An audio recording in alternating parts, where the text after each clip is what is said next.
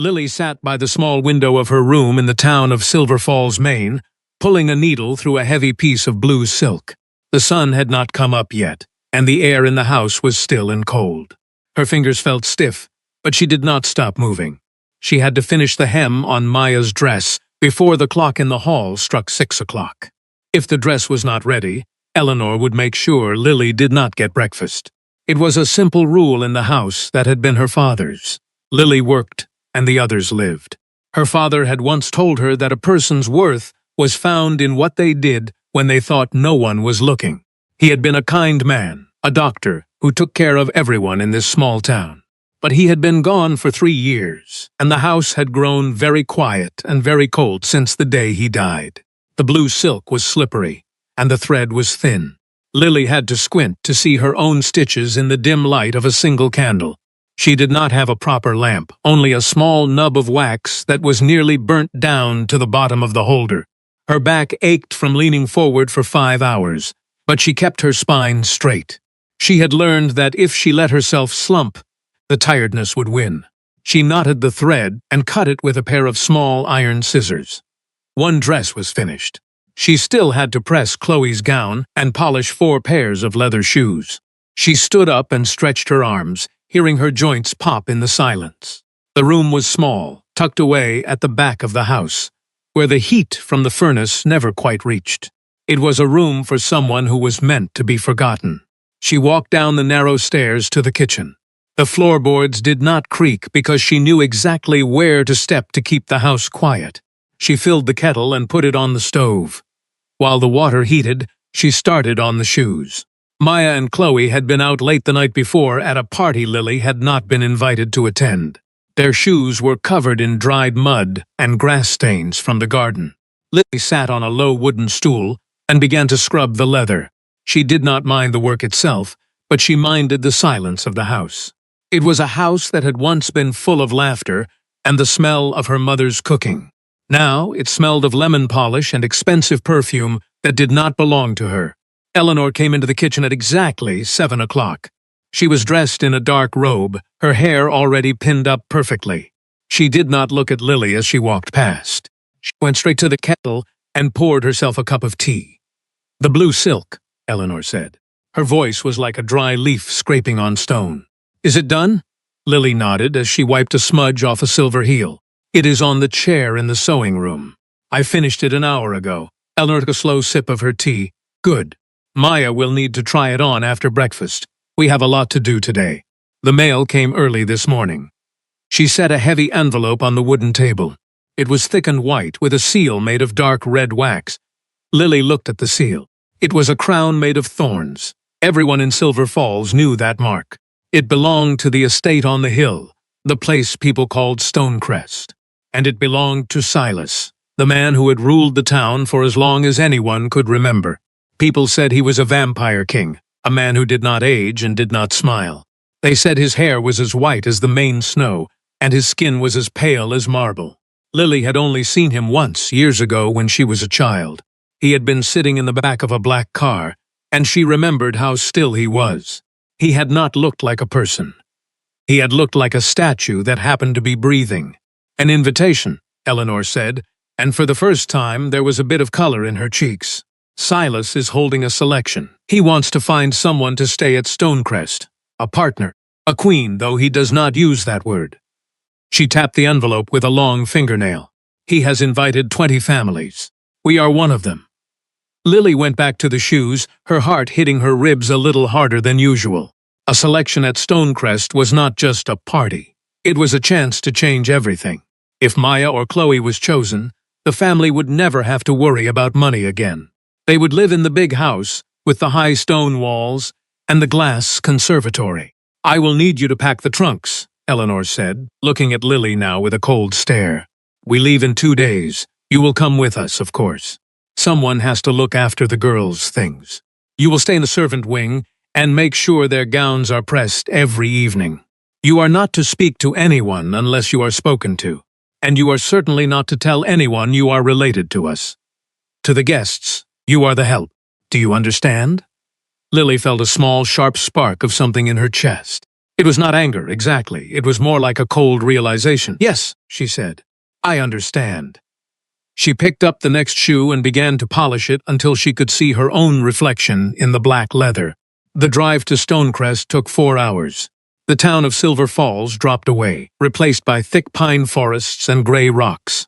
Lily sat in the back of a hired van with the heavy trunks and the garment bags. The heater did not work well in the back, so she wrapped her thin wool coat around her shoulders and watched the trees go by through the window. She thought about her father's books. He had a whole shelf of them about the history of the region. He had told her once that the man on the hill was older than the town itself. He had said that Silas was a man who carried a heavy burden, though he never explained what that meant to a young girl. The van hit a deep pothole, and the trunks shifted. Lily put out a hand to steady them. She did not want the silk to wrinkle after all her hard work. She spent the time counting the miles in her head. 1 mile, 2 miles, 3 miles. At noon, the van stopped at a small gas station near the edge of the forest. Eleanor and the girls went inside to get hot coffee and sandwiches. Lily stayed in the back. She was not allowed to go in with them. A few minutes later, the back door of the van opened. It was a young woman with a red apron and a tired face. She held out a paper bag to Lily. The lady said to give this to the girl in the back, the woman said. Lily took the bag. Inside was a plain roll and a small green apple. Thank you, Lily said. The woman looked at her, noticing her red hands and the way she was shivering in the cold air. It is cold back here, the woman said. Do you want my scarf? I have another one in the office. Lily shook her head. No, I am okay. But thank you for the bag. The woman lingered for a second, looking at the Stonecrest crest on the van. You are going up to the hill, aren't you? For the king? Lily nodded. The woman made a small face. They say it is beautiful up there. But it is quiet. Too quiet for some people. She closed the door, and Lily was alone again. She ate the roll slowly, savoring the warmth of the bread. As they got closer to the estate, the road turned from asphalt to gravel. The trees grew taller, their branches interlacing over the road like fingers. Then the gates appeared. They were made of wrought iron, 20 feet high, and they opened without a sound as the van approached. Beyond the gates was a long driveway lined with white statues. They were all of women, their faces frozen in different expressions of peace or sadness. Lily leaned her forehead against the cool glass of the window. She had never seen anything so grand and so lonely at the same time. The house itself was gray stone, with hundreds of windows that looked like dark eyes watching them arrive. The van stopped in the courtyard. Footmen in dark suits appeared to take the trunks. Eleanor, Maya, and Chloe stepped out of the front, smoothing their skirts and putting on their best smiles for the cameras. Lily climbed out of the back, feeling small and dusty in her old clothes. She stood by the garment bags, waiting for someone to tell her where to go. A man with gray hair and a very straight back walked toward them. I am Thomas, he said, the head of the household. Guests will be shown to the east wing. Staff will follow the path to the left. He looked at Lily for a moment. His eyes were kind, but they did not linger.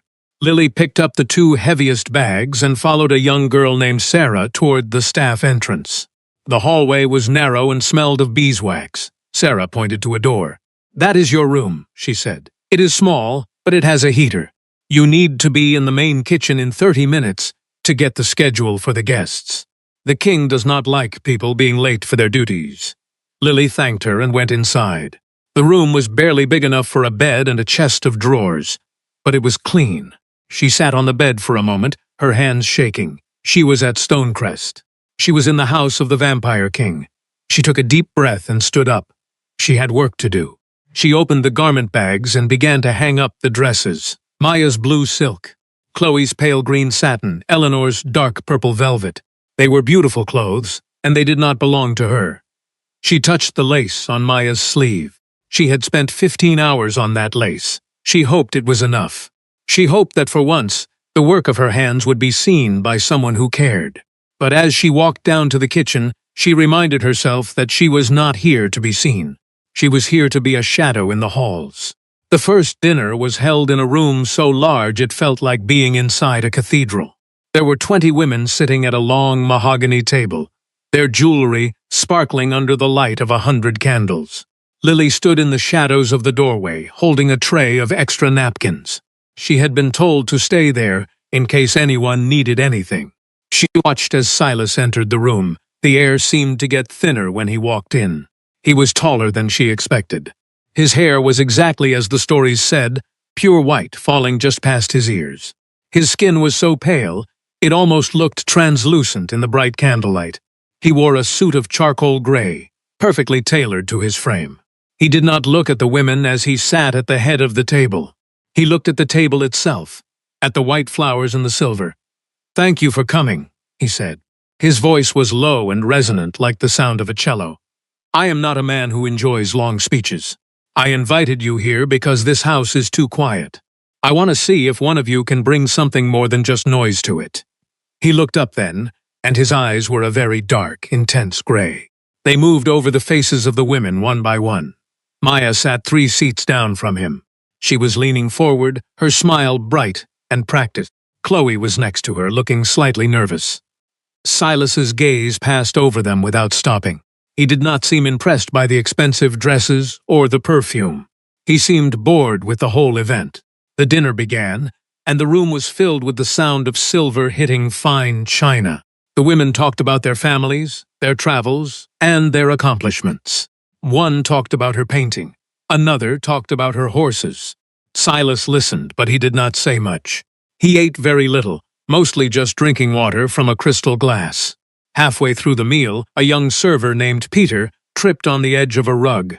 He was carrying a tray of wine glasses, and 3 of them shattered on the floor. Red wine splashed across the white tablecloth and onto the hem of a girl's yellow dress. The girl let out a small cry of disgust.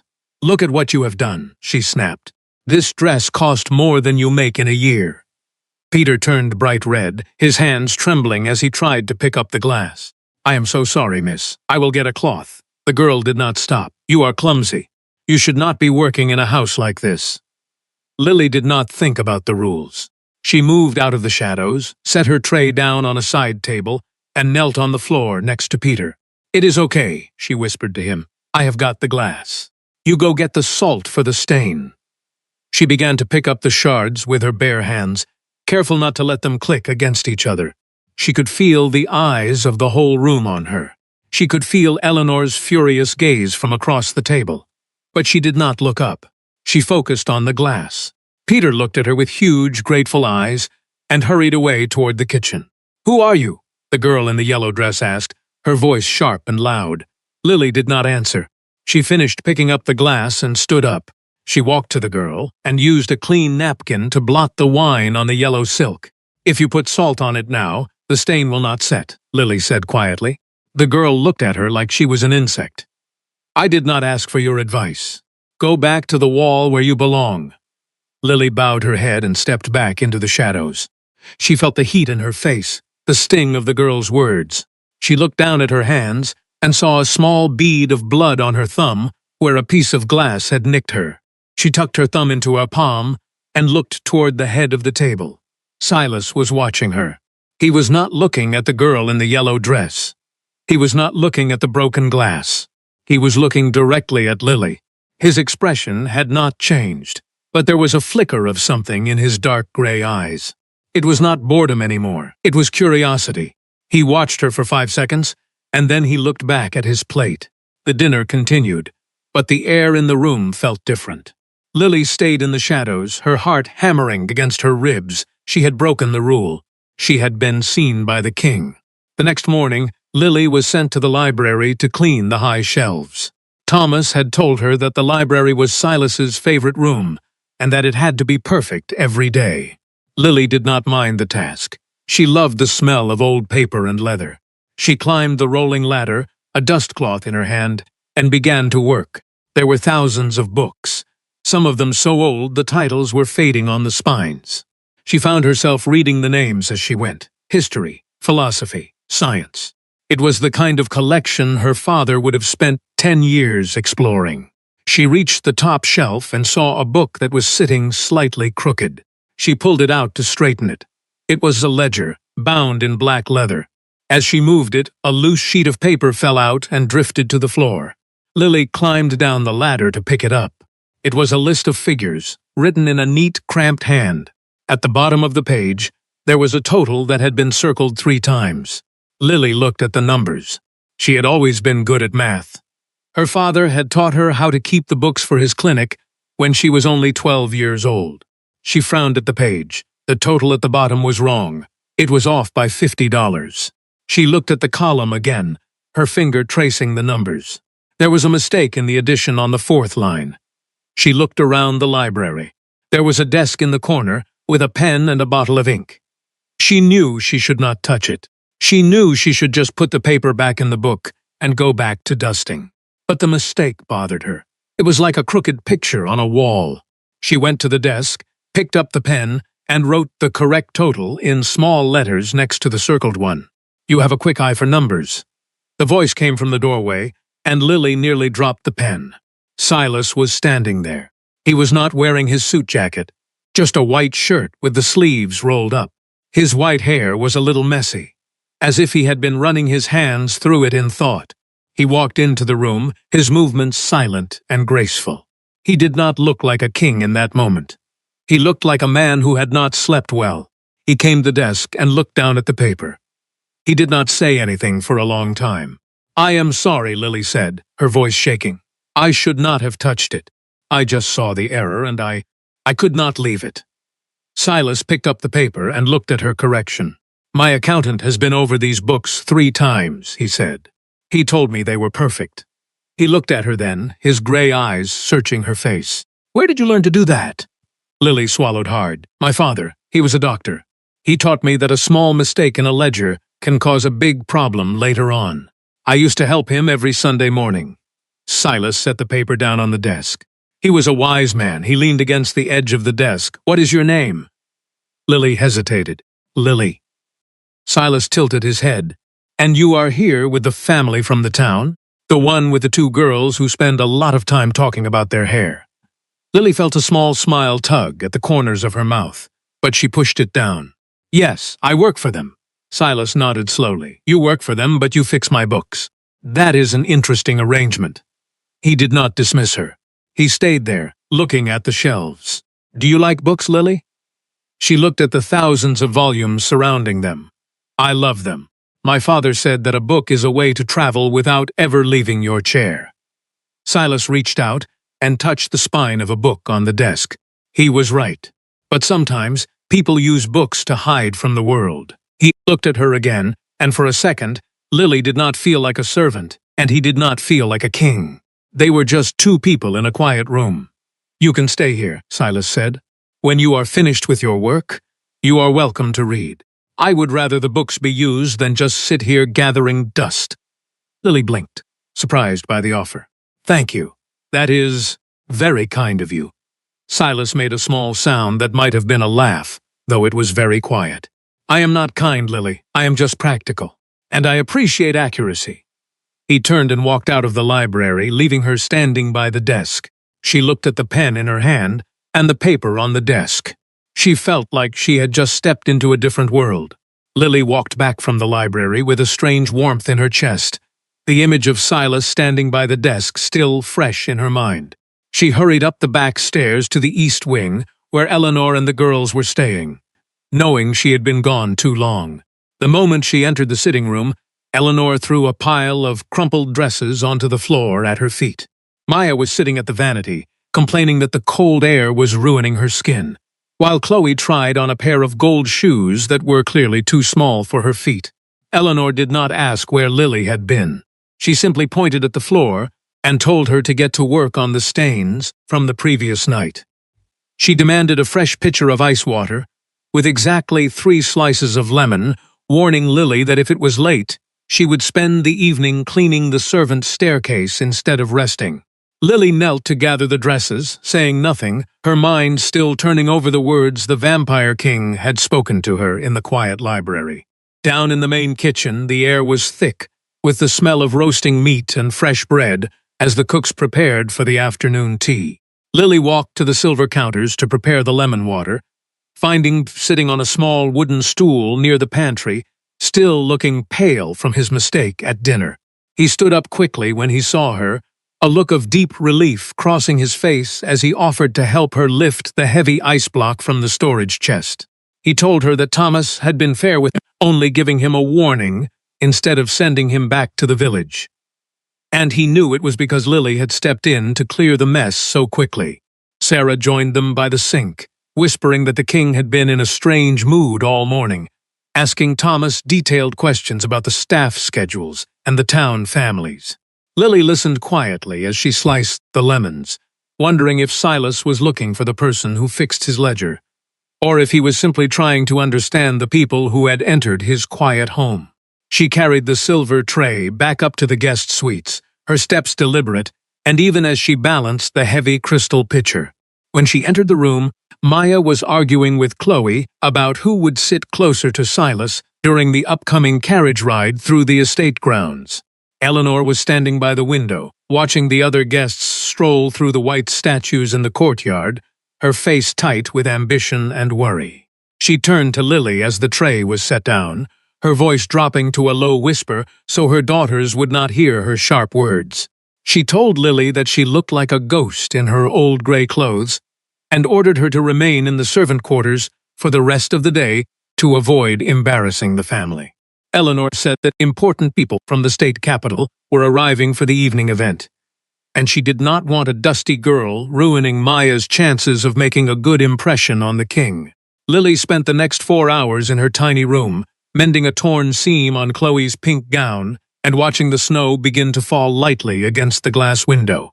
When the clock in the hall struck 4 o'clock, she knew the guests had moved to the grand salon for their tea, leaving the back corridors empty and quiet. Remembering Silas' permission, she walked down the narrow stone hallway to the library, her soft shoes making no sound against the floorboards. The room was empty when she entered, the fire burning low in the hearth and casting long shadows across the dark walnut shelves. She walked to the section her father had loved most, searching for a book about the early history of the logging towns in northern Maine. She found a small volume bound in green cloth, sitting down in one of the large leather chairs near the window to read the words her father had often quoted to her during the long winter nights. She had only read 3 pages when she heard the heavy door click open, and Silas walked into the room with his slow, measured stride. He did not seem surprised to find her there. Instead, he walked straight to the chair across from her and sat down without a word. He looked at the green book in her hands, his gray eyes steady and calm, as he asked if she had found what she was looking for in the old pages. Lily told him that her father used to collect stories about the original families who built the valley, and she wanted to see if the estate had any records from that time. Silas leaned back, his white hair catching the faint light from the window as he told her that his family had kept every piece of paper since the first stone of the house was laid. He spoke of the hard winters 50 years ago, describing how the townspeople and the estate had worked together to survive the deep snow when the supply trains could not reach the valley. As they talked, the room grew darker, the fire providing most of the light as the sun dipped below the pine trees outside. Silas noticed the small white bandage Lily had wrapped around her thumb, his expression hardening slightly as he reached into his pocket and pulled out a small silver tin. He stood up and crossed the space between them, kneeling beside her chair to take her hand in his cool, steady fingers. He opened the tin, revealing a thick green salve that smelled of pine needles and honey, and applied a small amount to the cut on her skin. He told her that the glass from his tables should not have harmed her, and that he expected everyone under his roof to be treated with care, regardless of their position. Lily held her breath as his fingers moved gently against her hand, feeling the sting leave her skin as the medicine began to work, her heart beating fast at his unexpected closeness. The door opened again, and Thomas walked into the library carrying a leather folder full of estate reports, stopping short when he saw the king sitting near the servant girl. Silas did not move away immediately. He rose slowly, turning to his head of household with his usual calm authority and asking for the evening update. Thomas reported that the guests were enjoying their tea, but there was an urgent matter regarding the town school council that required the king's attention before the final ball. He explained that the local trustees had found a massive deficit in the winter heating fund, and the school might have to close its doors before the first deep freeze arrived in December. Silas took the folder, his white eyebrows drawing together as he muttered that the town endowment should have covered those costs twice over, according to the agreements made 3 years ago. Lily stood up to leave, knowing she should not be present for a private business discussion between the king and his chief advisor. But as she reached the door, she remembered her father's long conversations about the school board and the hidden fees that the local administrators used to complain about during the town meetings. She turned back to Silas, her voice quiet but clear, as she told him that her father had kept an alternate ledger for the school funds in his private study before his illness took him. She explained that Eleanor had packed those papers into storage boxes when they cleared the old house, and she believed the original transfer receipts might still be hidden among those files.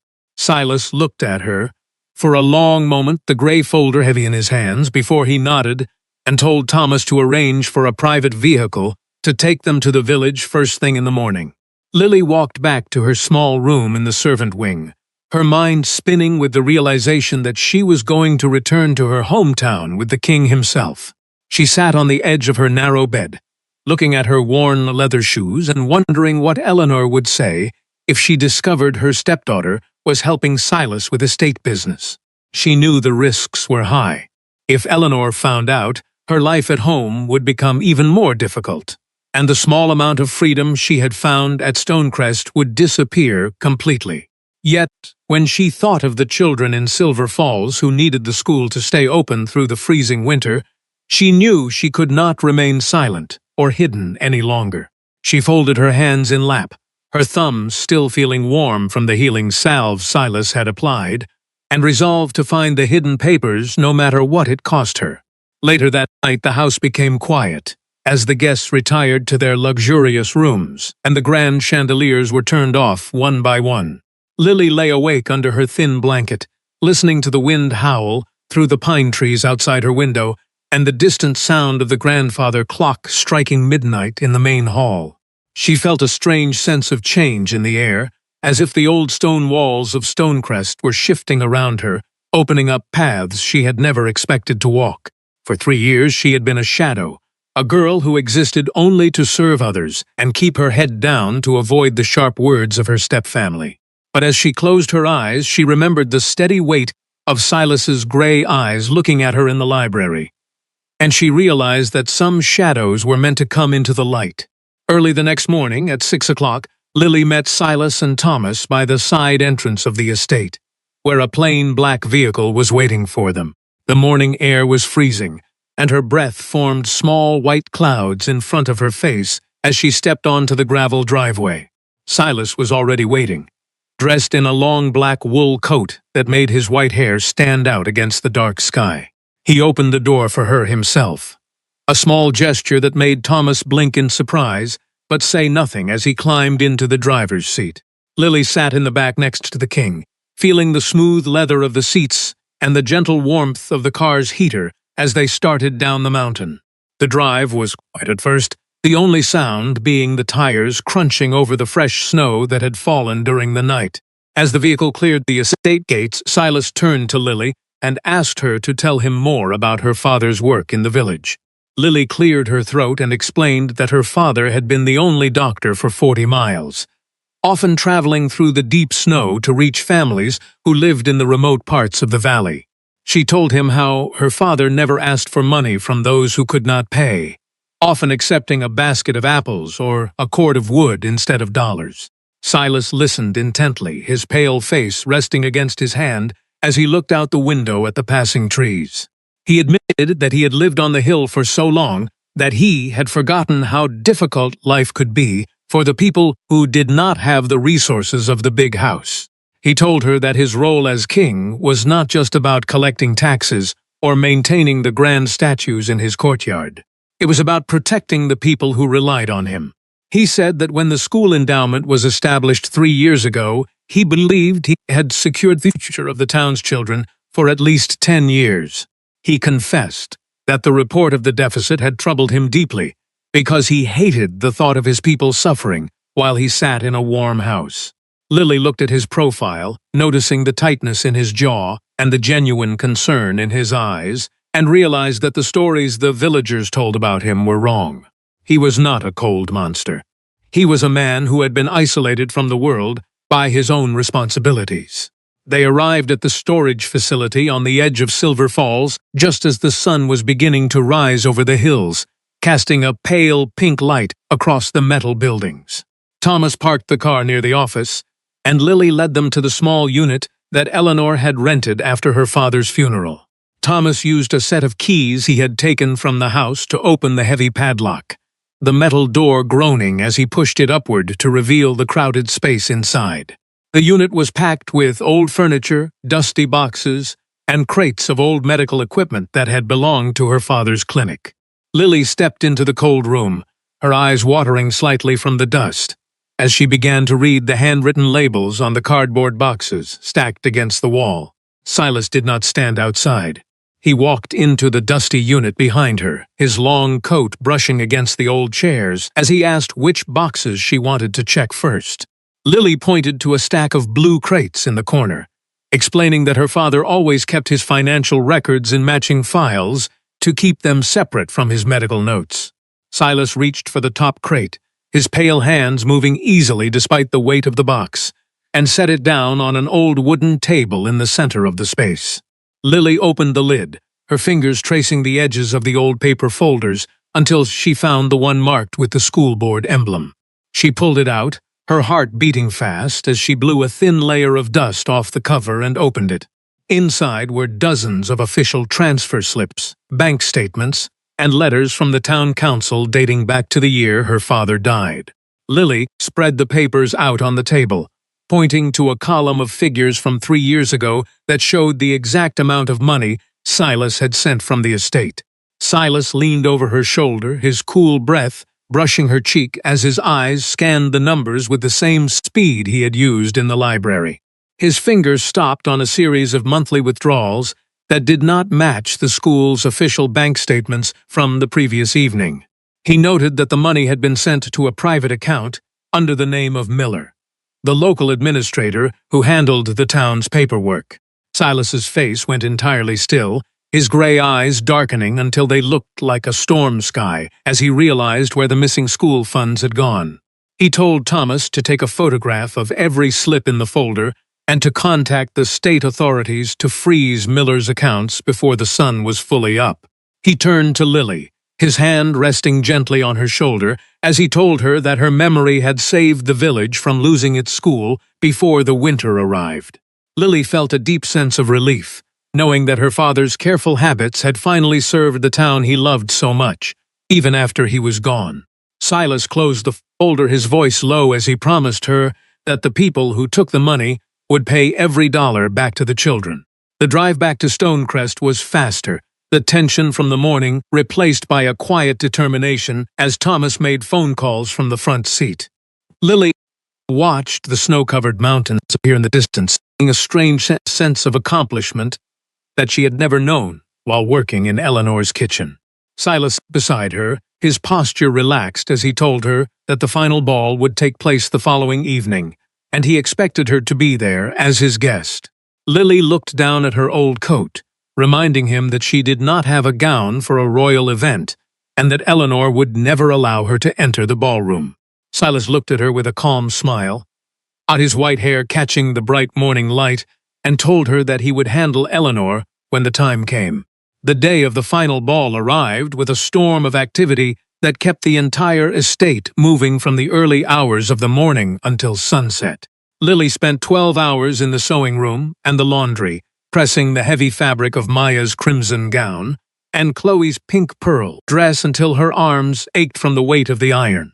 Her half-sisters were more demanding than usual, their voices rising in sharp arguments over hairpins and shoes. As the hours ticked closer to the evening event, Eleanor stood by the door, watching Lily work with a critical eye, repeating that this night would decide the future of their family and that no mistakes would be tolerated. Lily said nothing, keeping her head down as she finished the last hem, her mind focused on the promise Silas had made her in the car. When the clock struck 7 o'clock, the family left their suite to join the other guests in the grand hall, leaving Lily alone in the quiet rooms. She walked back to her small quarters in the servant wing, her body tired from the long day, but her spirit feeling lighter than it had in years.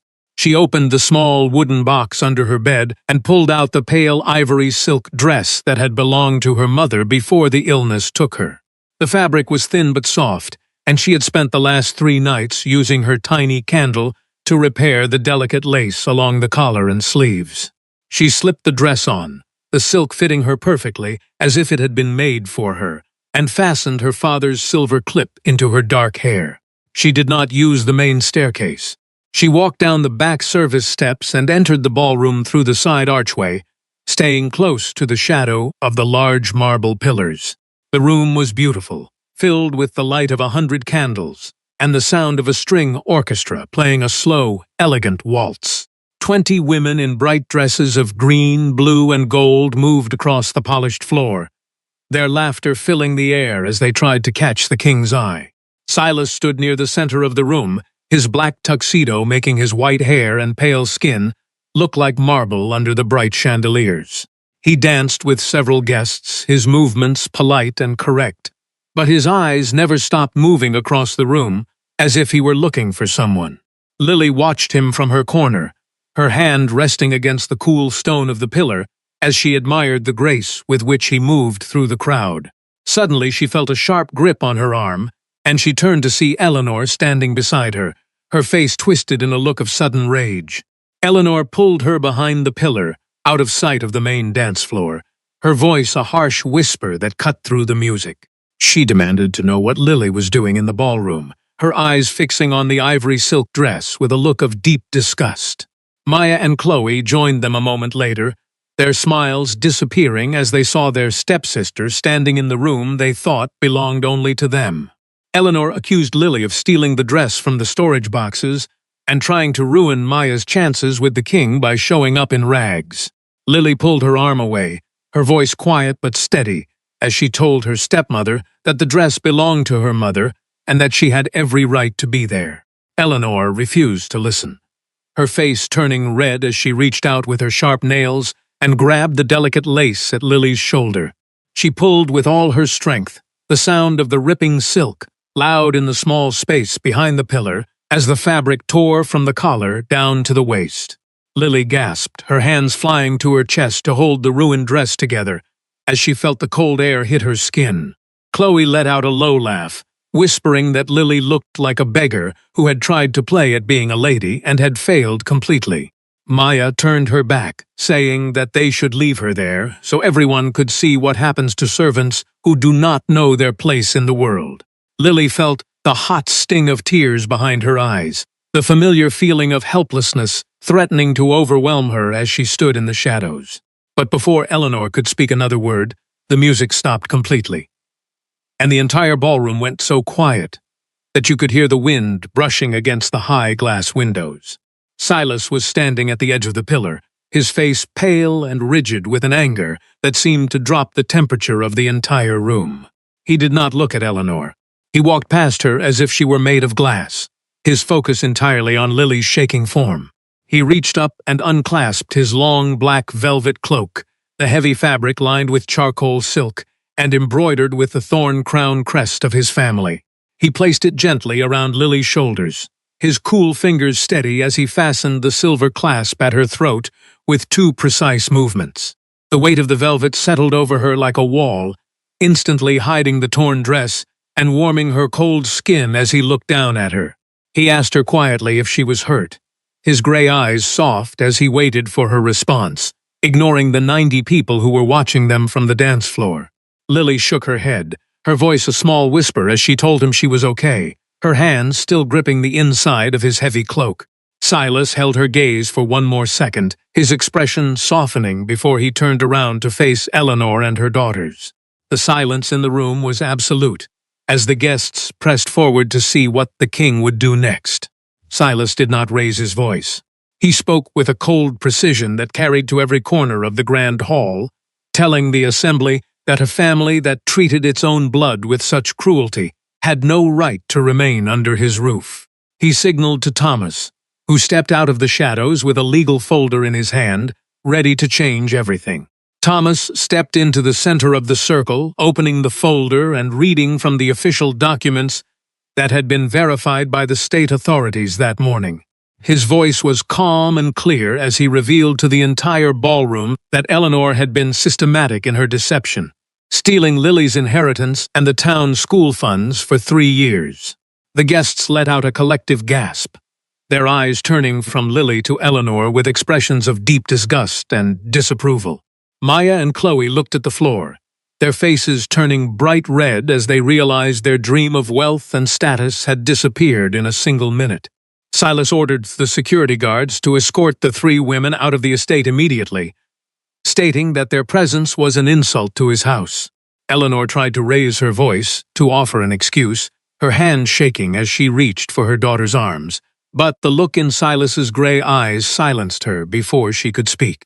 They were led away through the main doors, their expensive velvet dresses dragging on the stone floor as they left Stonecrest forever, to face the legal consequences of their actions in the town below. Lily stood beside the king, the heavy black velvet cloak still wrapped around her shoulders, her heart slowing down as the fear finally left her body. Silas turned back to the remaining guests, his posture straight, and his voice steady as he announced that the selection was officially over because he had found what he was looking for. He looked down at Lily, his gray eyes full of a quiet warmth that she had never seen before, and he spoke so the whole room could hear his words. He stated that he had met many women who were trained to wear crowns, but Lily was the only one who understood the value of quiet kindness and honesty. He asked her openly, in front of all the witnesses, if she would allow him to court her with honorable intentions and stay at Stonecrest as his partner. Lily looked into his face, seeing the man behind the title, and she said yes, her voice small but clear in the silent hall. A quiet murmur of approval moved through the crowd, and she saw Sarah and Peter smiling from the kitchen doorway. 1 year later, the winter snow was falling once again over the town of Silver Falls, but the house on the hill did not feel cold anymore. Lily sat by the large window of the library, a thick ledger open on the desk in front of her as she finished the monthly accounts for the estate. The room was warm, the fire crackling in the hearth and casting a golden light over the walnut were now filled with new books from the city. She had spent the last 12 months working with Thomas to reorganize the estate finances, ensuring that every dollar went to the maintenance of the lands and the welfare of the people who lived in the valley. Silas walked into the room, his long coat damp from the snow, as he returned from his weekly visit to the village school. He walked to the desk and stood behind her chair, placing his cool hands on her shoulders and leaning down to look at the numbers she had been writing. He told her that the headmistress had sent her thanks for the new heating system, which had been installed just before the deep freeze arrived that morning. Lily turned her head to smile at him, feeling the familiar comfort of his presence, her mind drifting back to the days when she had been a shadow in her father's kitchen. She thought about Eleanor and her daughters, who had been forced to sell the big house to pay back the funds they had taken from the school, and Lily's private account. Lily had not sought revenge. She had allowed the law to handle the matter fairly, choosing to focus her energy on building a life of purpose here at Stonecrest. She had established a reading room for the household staff and worked with local lawyers to create better protections for young women who lost their parents. She had learned that the scars of her past did not define her. They were simply the marks of a journey that had brought her to a place of true safety. The grandfather clock in the hall struck 6 o'clock, reminding them that dinner would be served soon in the small dining room downstairs. Silas held out his hand, his gray eyes reflecting the light of the fire, as he asked if she was ready to leave the books for the evening. Lily stood up and took his hand, her fingers fitting perfectly between his as they walked toward the door together. She looked back at the library one last time, seeing the pen resting on the clean paper and the books lined up neatly on the high shelves. She knew that her life would always have its challenges, but as they walked into the warm hall, she felt a quiet certainty that she was no longer a shadow in someone else's story. Standing by the window as the daylight fades into the long winter night, I realize that the true measure of a life is not found in the grand rooms we occupy or the fine clothes we are given to wear. For a long time, I believed that my existence was defined by the silence of the kitchen, the weight of tasks that were never mine to choose. I thought that survival meant staying small, keeping my eyes on the floor, and waiting for the storm to pass without leaving a mark on the people around me. But the stone walls of this house have taught me something different over the past year, something that my father tried to tell me before the quiet took him completely. Healing does not happen because the world suddenly becomes kind. It happens when we choose to hold on to our own truth, when the darkness is loudest. It is found in the small decisions to help someone who has fallen, to correct a mistake that no one else noticed, and to wear an old silk dress with our chin held high even when hands are reaching out to tear it away. The king's cloak was a shield, but the strength to stand in the center of the room was already inside me, waiting for the moment I stopped hiding from my own name. As the snow covers the valley below, I know that belonging is not a place you are given by others. It is a space you make for yourself when you decide that you are finally worth seeing.